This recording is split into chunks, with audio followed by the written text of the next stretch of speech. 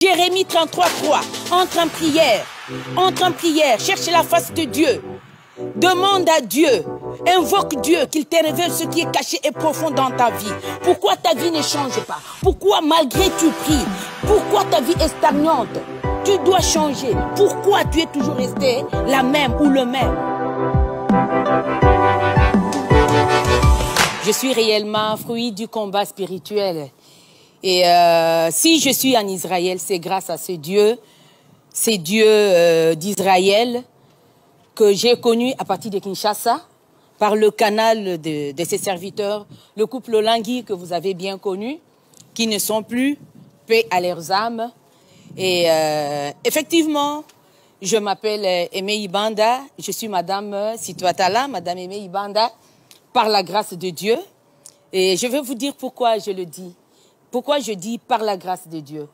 Parce que j'étais condamnée à ne pas me marier, à ne pas travailler, avoir un bon travail si je peux le dire, condamnée à ne pas avoir des enfants. Et quand j'ai connu ce Dieu, ce véritable Dieu, en ajoutant les enseignements du combat spirituel, j'ai pu vraiment avoir la victoire. Parce que nous, au combat spirituel, nous disons que le combat spirituel, c'est une vie de victoire en Jésus-Christ. Et je suis née d'une famille de 9 enfants. L'aîné n'est plus, par la grâce de Dieu, gloire à Dieu. Nous avons étudié, j'ai étudié, mon père fut enseignant. On a terminé des études supérieures, mais j'avais personnellement du mal à trouver un bon emploi. Pasteur, à Kinshasa, malgré que j'avais terminé mes études supérieures, je me promenais avec de petits sandales, couramment que nous appelons à Kinshasa, nous appelons cela la Moussounia-Bata, c'est-à-dire des petits sandales que nous utilisons pour aller nous laver, pour aller dans des salles de bain. Des tongles. De tongles, voilà, merci beaucoup pour le terme. Et moi, je portais cela. Je portais cela pour aller au travail. Pourquoi? Parce que j'étais condamnée à ne pas avoir un bon travail. J'étais condamnée dans la pauvreté, ancrée dans l'humiliation. Et un bon jour, j'étais en train de suivre Maman Olangui en 93 sur la télévision. Et je suivais qu'elle parlait du combat spirituel. Et je suis partie quand même au ministère. J'avais découvert que ce qu'elle disait, ces enseignements qu'elle dispensait, me concernaient personnellement. Effectivement, je suis entrée dans une retraite une fois. J'ai demandé à Dieu. Parce que quand elle nous enseignait, elle nous disait tout le temps, Jérémie 33:3, entre en prière, cherche la face de Dieu. Demande à Dieu, invoque Dieu, qu'il te révèle ce qui est caché et profond dans ta vie. Pourquoi ta vie ne change pas? Pourquoi malgré tu pries? Pourquoi ta vie est stagnante? Tu dois changer. Pourquoi tu es toujours resté la même ou le même? Moi, cette parole me touchait tout le temps. Et j'avais pris la décision d'entrer en prière, comme elle le disait. Et je suis allée en retraite.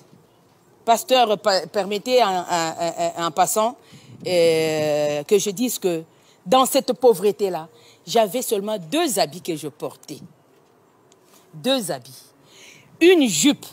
Vous connaissez bien Kinshasa? Je connais très bien Kinshasa. Hey, quand il fait très chaud, vous portez un habit en cuir. Quand il fait chaud, l'habit me collait, la jupe là me collait dans le corps. Je me promenais avec mon bassin de pain sur la tête. Je passais de maison en maison pour aller prêter du pain. Et quand ces gens-là empruntaient, et pour me payer, c'était très difficile. Et je me disais tout le temps, Seigneur, pourquoi rien ne va dans ma vie? Non, il faut chercher vraiment là, entrer en profondeur de la parole de Dieu. Mais bien aimés, vous qui me suivez, cherchons vraiment la face de Dieu. Cherchons Dieu en profondeur. Prier, c'est bon. Mais comment prier? Priez vraiment en entrant en communion avec Dieu. Que Dieu vous parle, que Dieu vous révèle des choses cachées et profondes. C'est ce que nous cherchons, c'est ce que nous faisons au combat spirituel. Nous avons des victoires. Effectivement, quand je suis venue au combat spirituel, quand tu es entré en prière, Cette maman-là ne m'a pas laissée. Alors, avant que je n'arrive chez la maman, pasteur, je vous dis, pour moi, c'était quand on demandait que les gens, par exemple, donnent des offrandes ou que les gens puissent faire des sacrifices, par exemple des $100. Pour moi, c'était les yeux de la tête. $100. Une montagne. Et moi, je commençais à faire ma prière. Oh Dieu, si tu peux me donner un travail qui me permettra de te donner une dîme de $100, je ne manquerai pas de te glorifier. C'était ça ma prière. Et en ce moment, je n'étais pas encore diplomate. Je venais de le dire que je le suis devenu grâce à ce Dieu. Grâce à ces dieux puissants, les dieux d'Israël, grâce aux enseignements que j'ai eus au combat spirituel avec papa et maman Olangui. Alors, je parlais de la retraite de 21 jours. Je suis entrée en retraite. 21 jours de jeûne et prière. De jeûne et prière. Cela ne veut pas dire que vous n'allez pas manger, vous n'allez pas boire. Vous pourriez prendre des petites choses, mais très légères. Un repas léger. Mais pendant 21 jours, vous vous consacrez à Dieu. Même si vous allez au travail, vous savez que je vais travailler, mais je rentre à mon lieu de travail. C'est pendant cette période que Dieu m'a visité, moi. Eh oui. Oui, j'avais eu la décision parce que j'habitais chez mon frère. Mon frère, là, je le salue en passant. Il était mon pénina. Pourquoi je le dis? Parce que quand j'habitais chez lui, je dormais au salon, hein, par terre. Quand il sortait de sa chambre, il me trouvait couché. Il me piétinait, il me disait, mais quand est-ce que tu vas quitter ma maison? Quand est-ce que tu sortiras de chez moi? Quand est-ce que tu te marieras?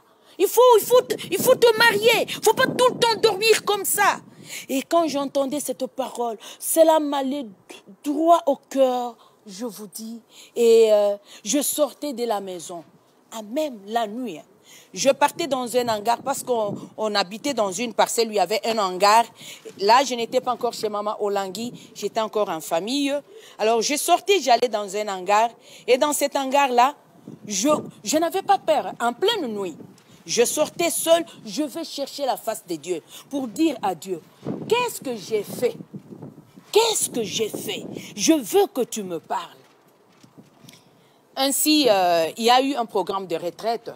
Je suis allée en retraite, comme je le dis là. Et pendant cette retraite, je continue à prier. C'est là où maintenant Dieu va me visiter.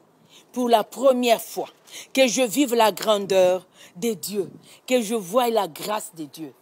En pleine retraite, c'était pendant une forte adoration. On chantait une chanson, parce que chez nous, on parle de promotion, les promotions, Marie-Madeleine, David, et là, c'était une retraite de beaucoup de gens. D'intercession. D'intercession, de 6000 mamans. 6000 mamans qui intercèdent en même temps. Ça devait être bruyant, hein? Oui, vous n'avez pas d'idée, pasteur.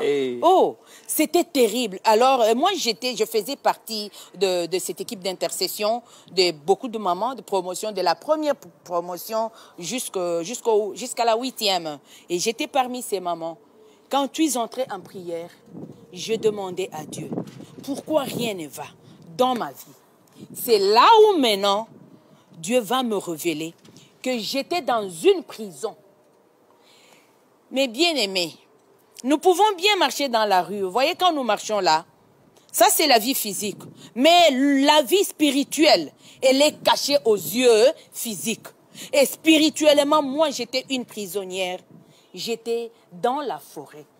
Dans une forêt immense, toute noire. Et je sortais de cette forêt. Il n'y avait pas de lumière. Je disais, comment sortir? Et dans cette forêt-là, il y avait des endroits où il y avait la lueur des lumières.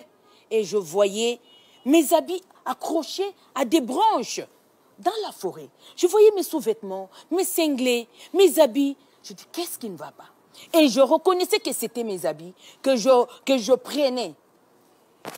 Je venais de dire que le combat spirituel, donc, c'est la vie de victoire en Jésus-Christ. Amen. Ce soir, on est vraiment axé sur la victoire. Hein? Oh, pasteur, je commençais à récupérer tous ces habits.